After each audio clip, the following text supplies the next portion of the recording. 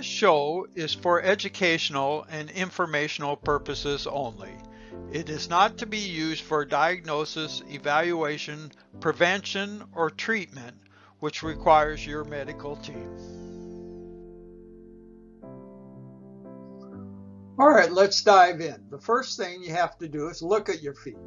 You got to take off your shoes and socks. We don't have x-ray eyes, and neither does your doctor. So take off your shoes and socks when you go to the doctor so he can look at your feet. Looking at your feet is the first step in inspecting your feet daily. When inspecting the diabetic foot, there are 4 steps. 1, look. 2, feel. 3, think. 4, act. First, look at your feet and then feel your feet with your hands, if you have feeling in your hands. If not, get a family member or a caregiver to help you. Look and feel your feet and say to yourself, am I seeing and feeling anything different? Is there anything different between the 2 feet? Or is there anything different from yesterday? Then act. Watchful waiting is not a good idea for the diabetic foot. Act by calling your doctor and tell your doctor the changes you have found. Let your doctor decide if it is important. Look, feel, think, act. What action are you going to take if there is something different? You should have your doctor's contact number in your phone. The important step is to act. Be the foot inspector every day. So if you catch something early, you can get it treated early. And then the results will be easier and the results will be better. You may prevent an amputation by catching something early and having it treated early. That's important. Early detection gives the doctor the ability to treat things early, and they are easier to treat early. When things go on and get worse, it gets harder to treat. So catch the changes in the foot right away. A swollen foot that appears right away may be significant. Act on it right away. By doing your foot inspections daily, you can help your doctor help you. When should you inspect your feet? Inspect your feet each evening when you take off your shoes and socks to go to bed. Use a mirror to see areas you can't see easily. Inspect your feet when you wash them. This is a good time to notice things when you are washing and drying your feet.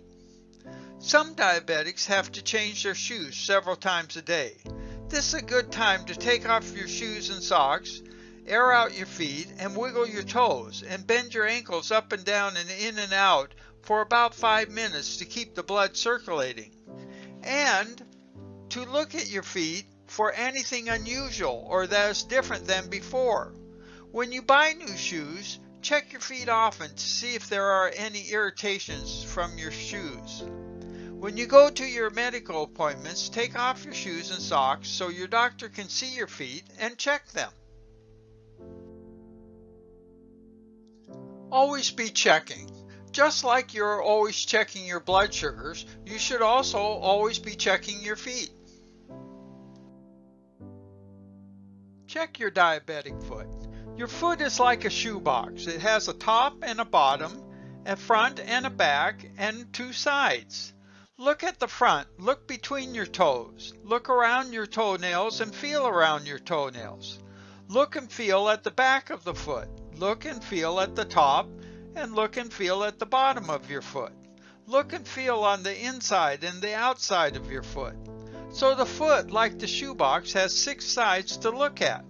Consider checking it the same way each day so you have a pattern to follow. Looking between the toes, and we're spreading the toes apart to look between them. There's the little toe, feeling the toes around the toenails, feeling the top of the foot with the back of the hand, also for checking for temperature, feeling the bottom of the foot. Should also feel the bottom foot with the back of the hand. And now looking at the bottom of the foot, see why a mirror would be important, because you can't see all the bottom of the foot on the outside. Now I'm looking out the outside of the foot, and that's part of looking at the foot.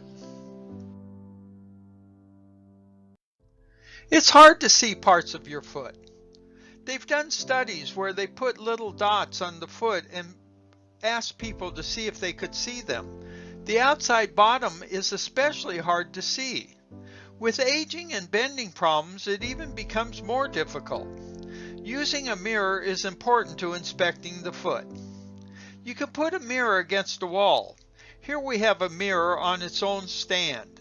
By sitting in front of the mirror, you can look at your foot and then in the mirror for areas you can't see. I have leaned a mirror on the chest of drawers by my bed and found it to be quite helpful in seeing my foot while sitting on my bed.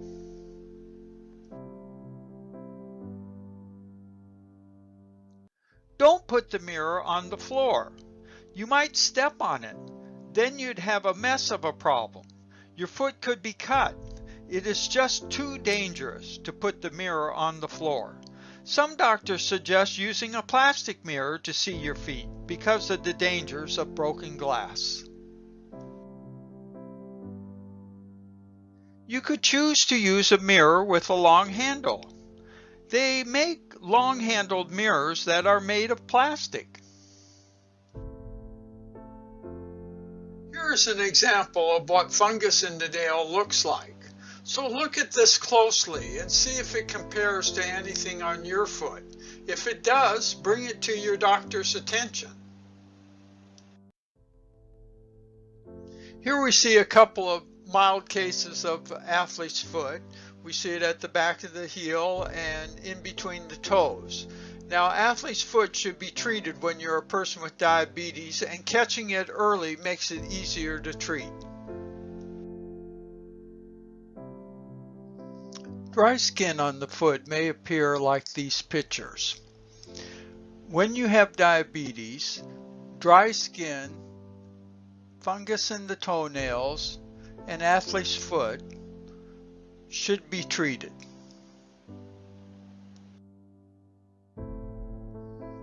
Here we see a fairly advanced ingrown toenail. It's already infected. If you see the whitish area, that's pus under the skin.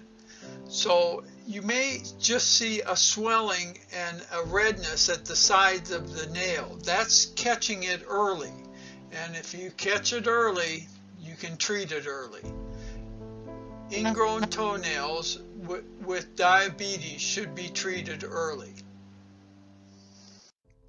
So conditions like dry skin, athlete's foot, fungal nails, and ingrown toenails, although seemingly small, can lead to bigger problems in the diabetic foot. They should be treated if they can be treated safely. At some point in the diabetic foot, they may not be safe to treat anymore. See your medical team for help. Here we see 3 feet. One without a bunion, one with a moderate bunion, and one with a severe bunion. We also see hammer toes forming. In the first foot they're mild, a little more hammered in the second, and the third we see hammer toes with redness on the top from rubbing on the shoes. We see redness at the side of the bunion on the moderate bunion and the severe bunion. We see a little bump on the moderate foot that is at the by the little toe. This is the bunionette. And we see redness on the severe bunion foot at the bunionette site. We see the toes are red. All these things should be brought to your doctor's attention and should be handled for your diabetes. Calluses form under points of high pressure and or friction. Calluses increase the pressure by 30%. Pressure is your enemy as a person with diabetes because pressures can lead to skin breakdown. When the skin breaks down, a sore is formed and can be hard to heal, which is then called an ulcer. Ulcers are to be avoided because they can lead to amputations. So see your doctor if you inspect your foot and see a callus. Behind the first big toe is the most common site for an ulcer to form from a callus. Here we see a corn that has formed on the little toe. This is a common site for corns. Check for corns on top of the toes and under the tips of the toes. Also between the toes. Sometimes between the toes the moisture has caused the corn to be soft. Now if you look at the big toe, you will see in between the two toes there's a little corn that has formed.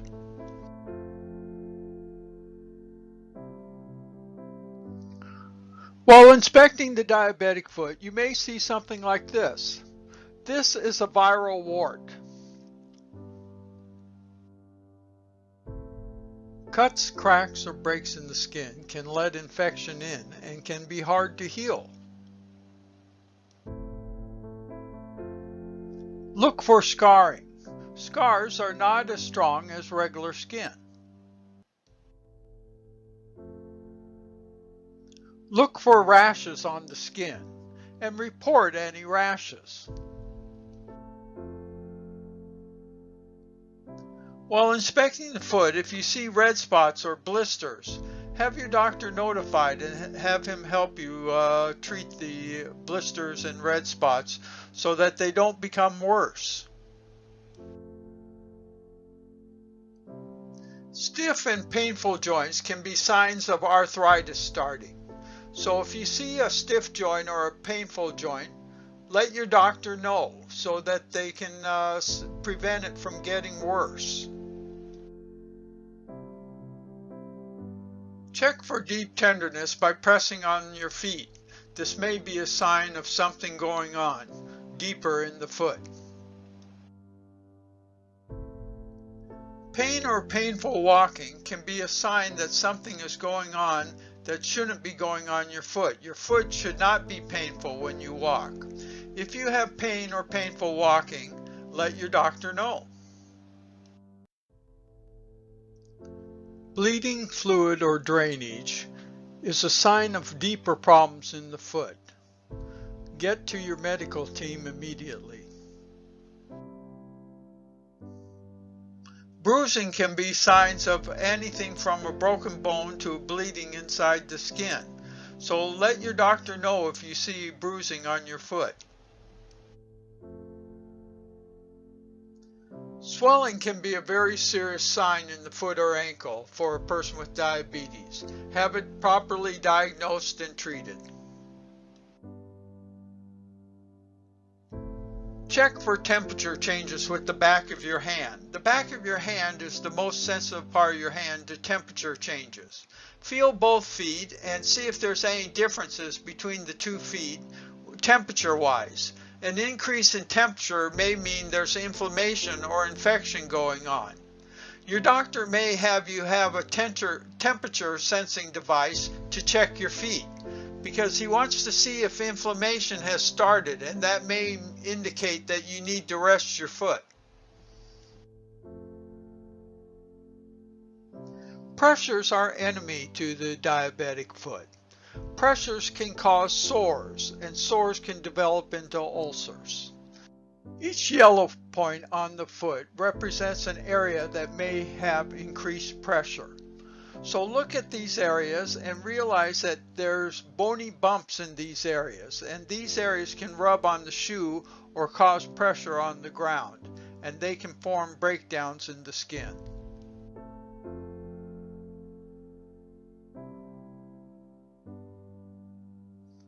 This is a good example of a diabetic foot ulcer. This is what you may find on the bottom of your foot if you're a person with diabetes. The diabetic foot ulcer needs immediate medical attention.